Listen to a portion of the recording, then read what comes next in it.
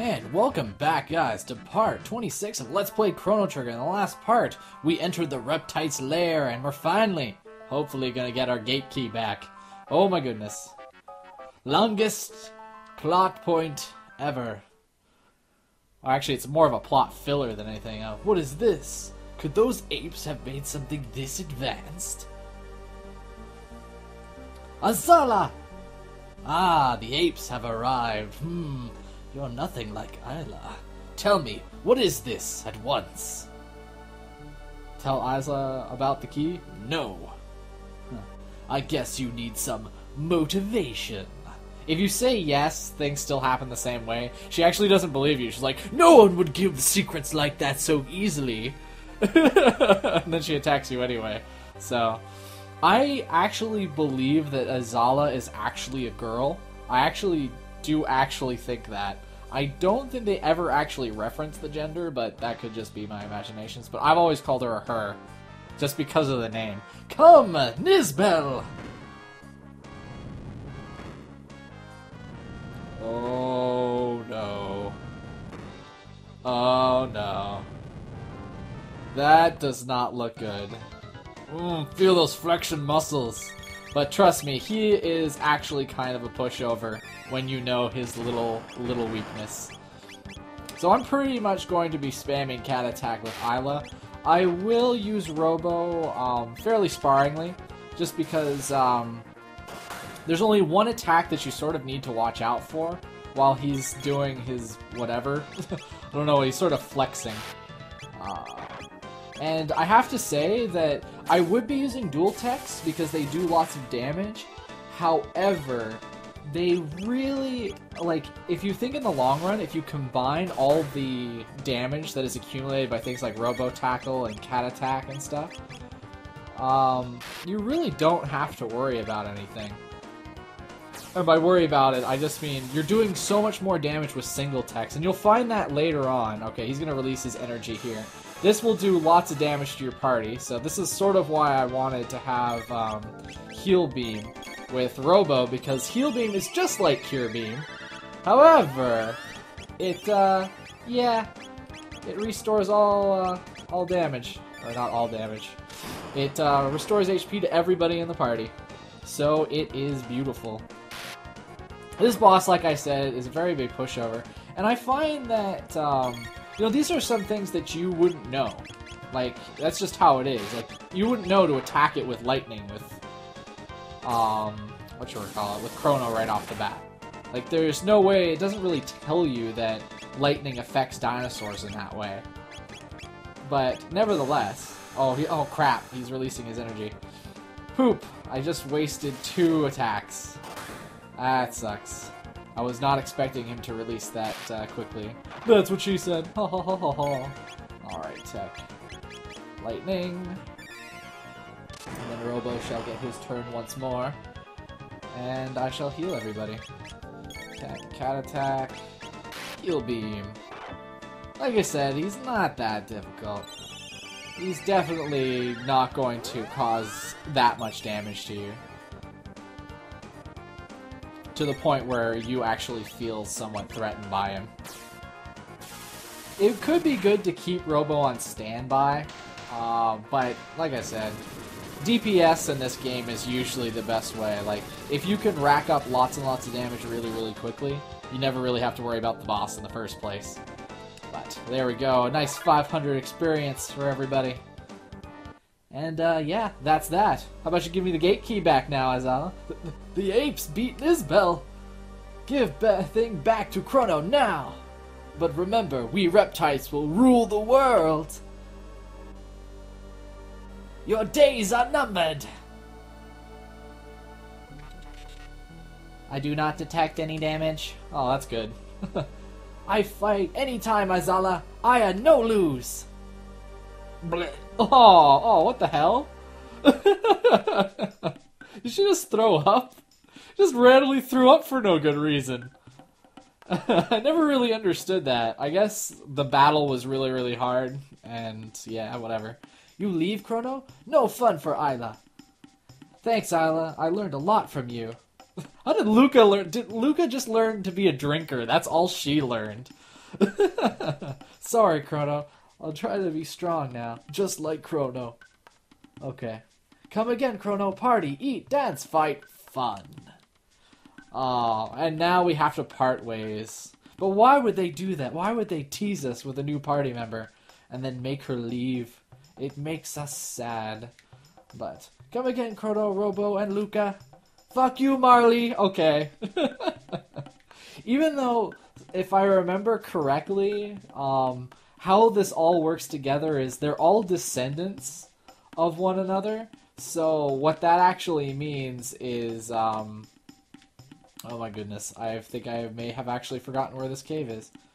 That Isla is actually the great-great-great-great-great-great-great-great-great-great-grandmother of Marley. I can't remember if that's true or not. And I am actually completely and utterly lost. I think... Oh, there it is. Durr. Durr. Do I want to attack these things just for... Yeah, just for experience. But, nevertheless...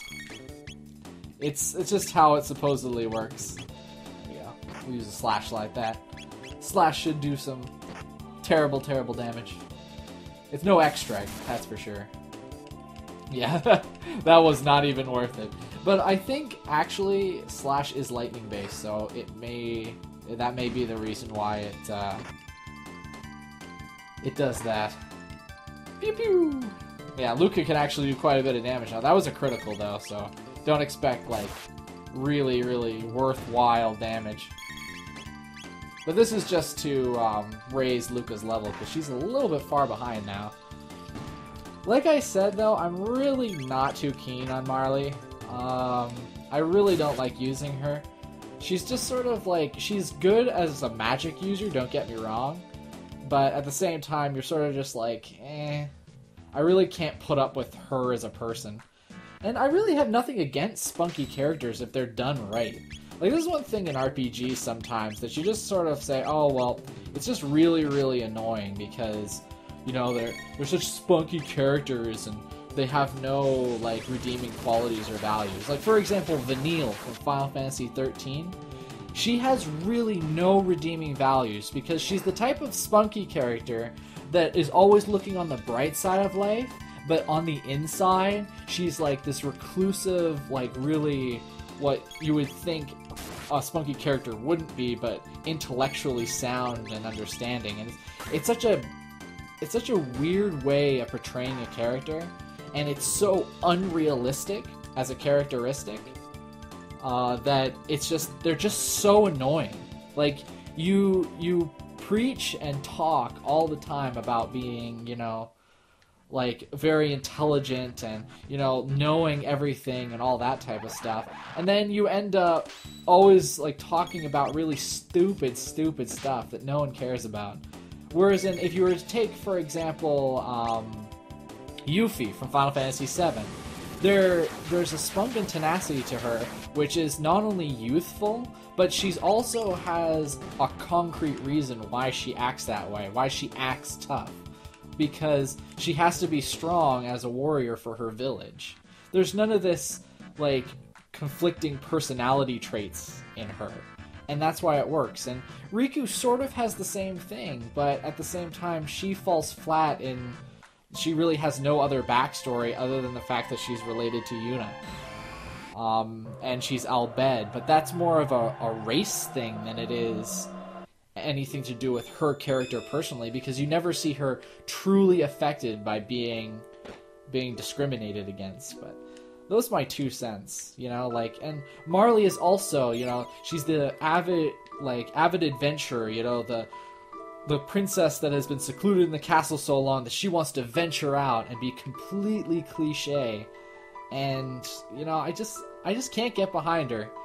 I'm sorry. As much as everybody will say, well, I'd get behind her. No, I couldn't. Luca is more my type of girl. But, nevertheless. Or Isla. Isla has the good right of spunk. She's got, like, the vicious, super vicious, whatever. Ah, you found a dreamstone. I'd forgotten how beautiful they are. You need to find someone that can process that mineral. You'll probably find him Medina, a village near the Mystic Mountains. Yes, we already know. We need to return it to Melchior. That's what we were doing. Which one is it? Is it this one? This is Lean Square. Actually, no. No, I don't want to go to Lean Square just yet. Poop. I wanted to go to the monster village. Darn. Didn't want to go here yet.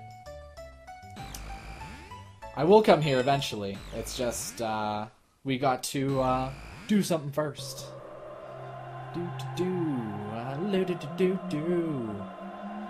Going to Monster Place. Where is your house? I need your house. Is your house here? Already a forest? No. Yeah. Is it Medina? Yes, it is Medina. That's where we're going. That's what, what's his face just said, right? Derpa derpa. Yeah, I don't know how I got off on a tangent about funky characters. But I'm just justifying why I'm probably never going to bring Marley along. But yeah. You can use magic? Magic using humans supposedly perished long ago. The village was founded by ancestors of the mystics, who lost the war to human beings. Most mystics hold a grudge against humans. Be careful. Alrighty. I don't know why they don't hold a grudge against you. That is sort of weird. But, nevertheless, let us go here, because we need to talk to Melchior. Actually, you know what? I want to bring Marley in here, because I think there is some extra dialogue. And now that I actually switched my button, now I'm pressing that, I'm fairly sure there's extra dialogue with Marley. So, I guess I'm going completely against what I was talking about, like, 5 minutes ago. Nevertheless, you found some Dreamstone? Then I'll repair the Masamune. How on earth did you get the Masamune and the Dreamstone? No, don't tell me. I don't think my heart could take it. It'll take a little while to fix this. I'll lend a hand. Alright, Luca's gonna lend a hand. Now, it's one of those things where you can wait up here and you can leave and exit, but there's actually some really, really cool stuff if you just sort of stand around here and sort of watch them work. So let's see. How are we going to fix it? Let's see. Don't interrupt me while I'm conducting research. Okay. I don't know why he's conducting research on it. He says that he knows how to fix it, and now he has to read on how to fix it. Through the possibility, we must process the Dreamstone and activate the sword. You work on the Dream Sword, and I'll work on the sword. Okay, leave it to Luca the Great. God, I love Luca. She's fantastic. Bum, bum, bum. But nevertheless, this stuff is really, really cool. It's actually something that you rarely see. They're actually showing us how they're actually creating it. Whether, you know, the cinematic does not look all that cool nonetheless. But alright, it's done. Now bring me the Dreamstone. You hardly see this in RPGs nowadays. Usually they say, now give me the items, and then it fades to black and then fades to them being complete. This one is just a little bit more just showing on how it is. I'm done here too. Alright, so Luca's going to put that. She's going to combine the Dreamstone with whatever that was. I don't know what happened to the pot she was using. Alright, let's get started.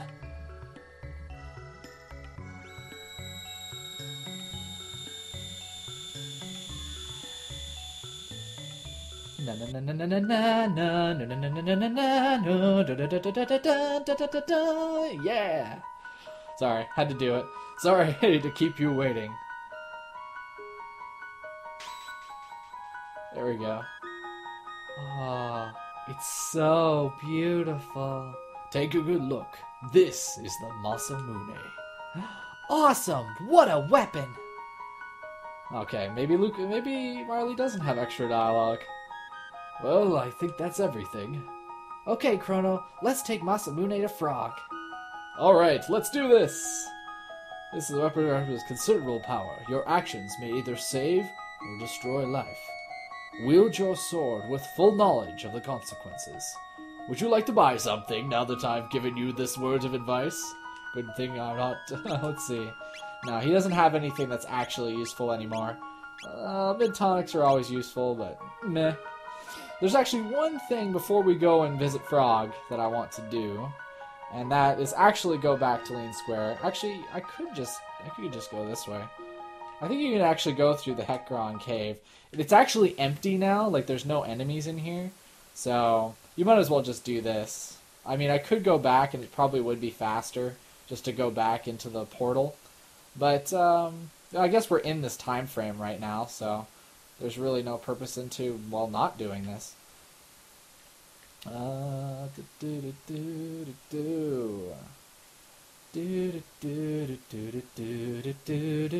my goodness, no.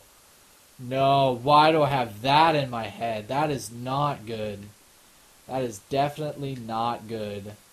If you know what I was just humming, I'm sorry. I'm very, very sorry. That was a terrible, terrible show. I hated that show. The theme song was catchy, but that's that.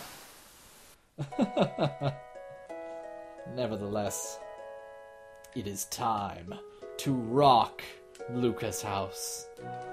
That is definitely not worth it, but now that you've completed the Masamune, if you come back to Taban's house or Luca's house, Taban will have a new item for Luca, which is the Taban helm. This is my finest work, the ultimate in defense for my daughter. Alrighty, so we're gonna quickly equip that. So there really was no purpose in getting a rock helm for Luca, but yeah, it gives her more magic defense and of course just more regular defense. So she is pretty much rocking some sweet sauce. She's still a little bit behind in defense, but the Taban vest is just so good at giving extra speed that you really don't want to upgrade it unless you really, really need to. But nevertheless, I think that is that. So I think we will be heading to see Frog now. So get in there. There we go. Not that... Chrono, why did you just go back the way that I... This is what happens when you use a control stick. Maybe I should bet on a race again. It's been a while. I haven't actually shown off like a couple of the extra stuff that you can do in this fair. I mean, I haven't even thought about getting the cat, because you can get a cat for your Chrono's house, and you can get cat food and stuff. And you can have, by the end of the game, you can have a lot of cats. I don't think I'll show that off, but it is still funny. Proto Dome, no, we don't want to go to the future. Nita, no. Okay, choose Canyon, there we go. Excellent. We have to make our way all the way back to the Cursed Woods or whatever. That is definitely going to take a while. I think that there was actually another port that I could have used, but I don't remember. I don't remember which one it was, so we're just going to have to live with it. My goodness, these enemies are going to be nothing. I think I may switch Robo out for Marley there now. In truth, I was actually just making sure that Luca was the one that helped force the Masamune. And did they just learn a dual tech? Now I'm curious. Now I'm curious. All right, so Ice Sword. Oh, okay. I think he learned Ice Sword. Yeah. Okay. Yeah, that would make sense. Okay, I figured it out. Crisis averted. We're gonna avert our gaze from these guys. But, geez, I think now that I'm sort of just looking at my time frame, I think that may be it for this episode. Yeah, I think it is about time that we ended off the episode. So, in the next part, we are going to take on, I guess, defeating Magus, now that the Masamune has been complete. But first, we gotta give it to Frog. So, take care, guys. Stay frosty. And even though you enjoyed the video, you're still hungry.